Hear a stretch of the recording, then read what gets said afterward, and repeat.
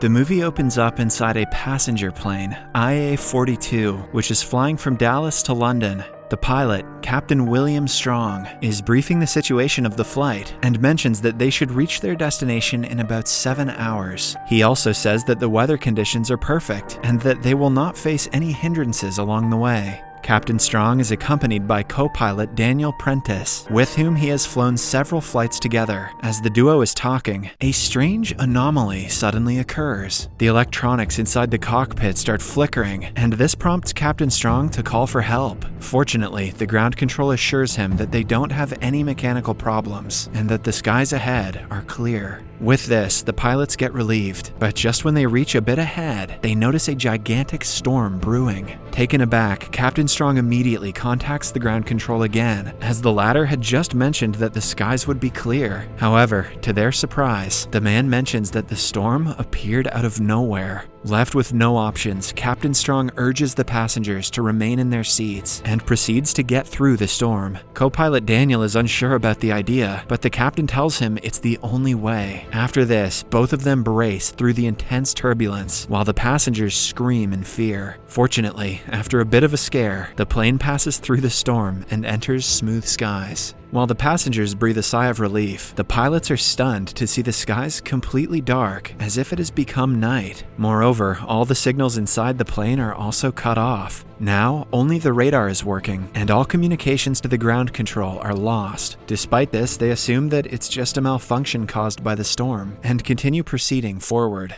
However, when they fail to find a single aircraft on their radar for the next 30 minutes, they start getting suspicious. Captain Strong decides to fly the plane in a loop, aiming to find someone around. Before doing so, he calls one of the flight attendants, Cameron, and asks her to settle everyone in their seats, as they will be making a descent. In the next scene, the pilots start descending as per their plan, and just then, they notice something on their radar. At first, the captain is happy, but when Daniel mentions that it's not a normal aircraft, he starts getting scared. Lo and behold, they see a large number of fighter planes bombarding a city in what appears to be a war. This sends the passengers into a state of panic, but the flight attendants quickly calm them down, mentioning that everything will be fine. Meanwhile, inside the cockpit, the pilots are equally stunned, but just as they investigate the situation, a bunch of fighter planes start circling them. As they are about to be attacked, they use their radar to get away from the firing line and again ascend into the sky. With this, the danger gets averted for the time being, but the passengers start getting more anxious by the minute. Some of them demand that Cameron reveal what's happening, but she calmly assures them that everything is under control. In the meantime, Captain Strong fails to connect with anyone on the ground, and since he has no clue about their current location, he decides to descend once again.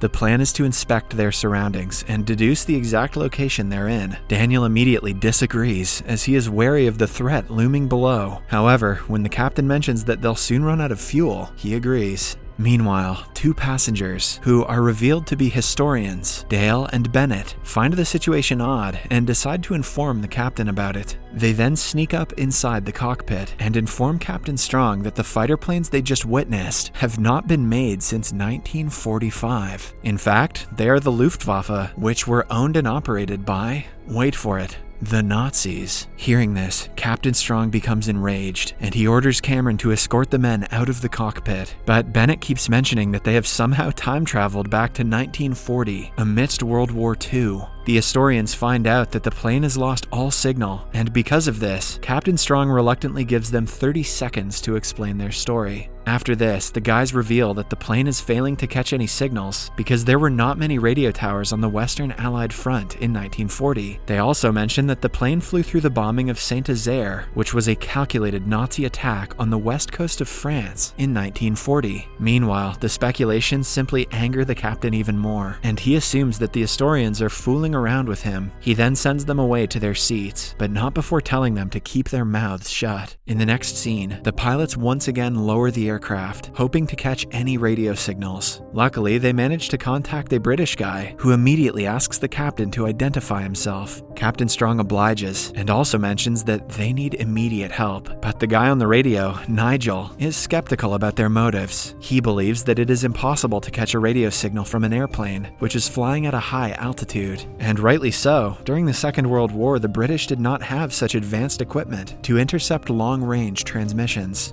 With time running out, Captain Strong begs Nigel for help, but the latter is confused about their identity. As a result, Captain Strong asks Nigel for the date, and he replies that it's the 17th of June, 1940. This shocks the captains, and they finally realize that the historians were not lying. However, they are still unable to convince Nigel that they are a commercial plane. With no options left, Captain Strong calls in the historians and lets them talk to Nigel. Bennett deduces a rough location through his assumptions, and also mentions that they have passed the spot where the Lancastria was sunk. Hearing this, Nigel is taken aback, as in his time, the Lancastria is still active. He then decides to head to his superior and confirm if the guys are speaking the truth. Back inside the airplane, a passenger overhears the conversation inside the cockpit and gets wind of the situation. He then decides to take matters into his own hands and gets up from his seat. Following this, he announces to everyone that the airplane has somehow traveled back into 1940, and they are now over France. He also mentions that Hitler's army is currently invading the country and proposes that they all work together to stop him.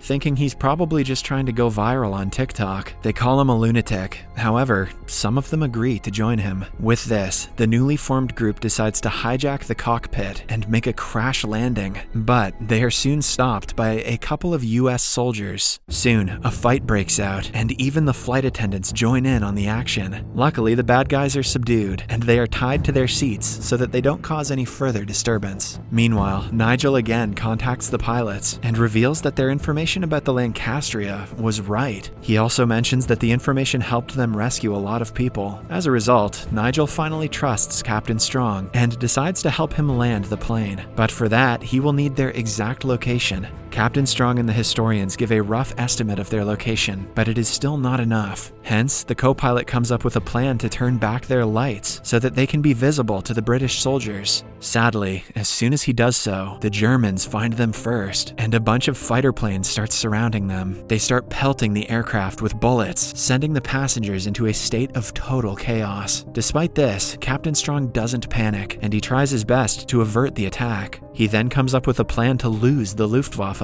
On the count of 3, he drops the plane at a very steep angle, and as it is about to hit the ground, he pulls it up. The Germans also follow, but since they don't have advanced planes, they fail to rise up and hence crash to the ground. You would think trained fighter pilots would know better. In the next scene, it is revealed that Daniel got shot during the attack, and the aircraft is reeling with several holes in it. Cameron quickly plugs the holes and administers first aid to Daniel. Following this, Captain Strong finally decides to confront the scared passengers. He asks one of the flight attendants to take over the wheel and heads out. There, he reveals the entire situation and also mentions that they are trying their best to land the plane. However, the recent attack damaged the plane's landing gear, so they will require some volunteers to fix it. At first, everyone stays silent as they are scared to death, but soon 2 brave passengers, Teresa and Hector, agree to volunteer. Soon, the trio heads down the tail section of the aircraft and starts investigating. Teresa, being an engineer, quickly identifies the problem and starts fixing it. After a while, she is successful, but there is one last obstacle. The landing gear is jammed with something. Hence, in order to fix it, someone will have to go down there and remove the object. Being the brave man that he is, Captain Strong immediately agrees to risk his life, even though he's the only guy that can fly the damn plane. But Hector smartly insists that he do it since the captain is of more importance. He then slowly makes his way down to the landing gear and, using a hammer, fixes the problem.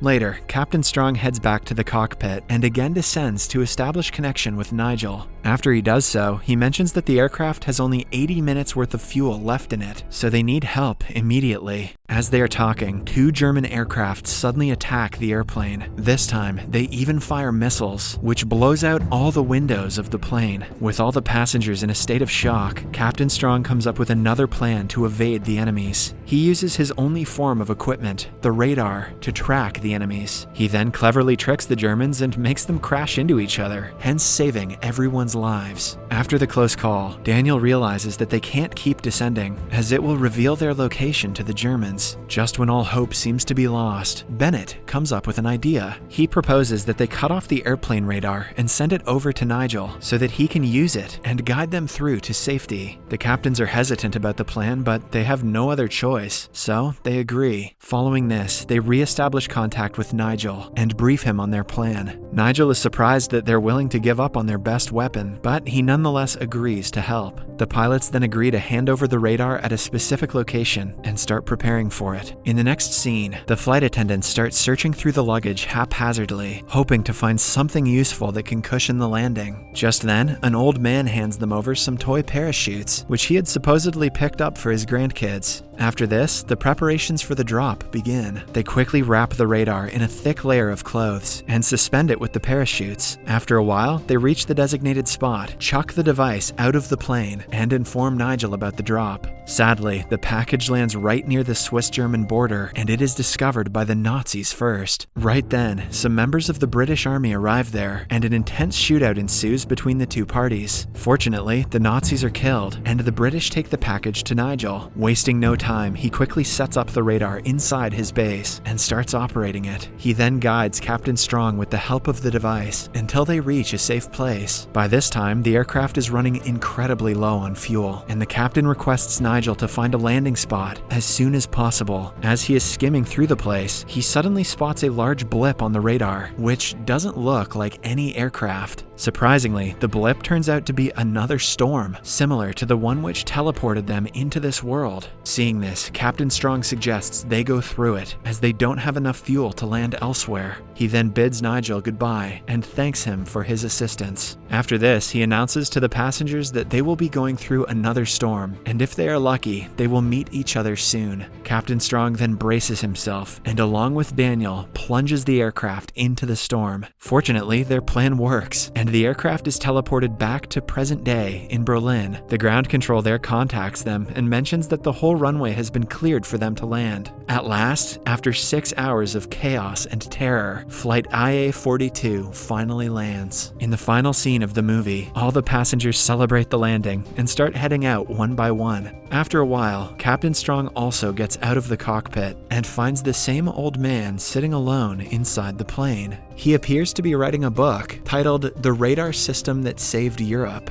The movie ends as the old man is revealed to be none other than Nigel himself. This movie was based on a true story. Just kidding. Subscribe for more videos like this, turn on notifications, and leave a like to help the channel out. Thank you for watching.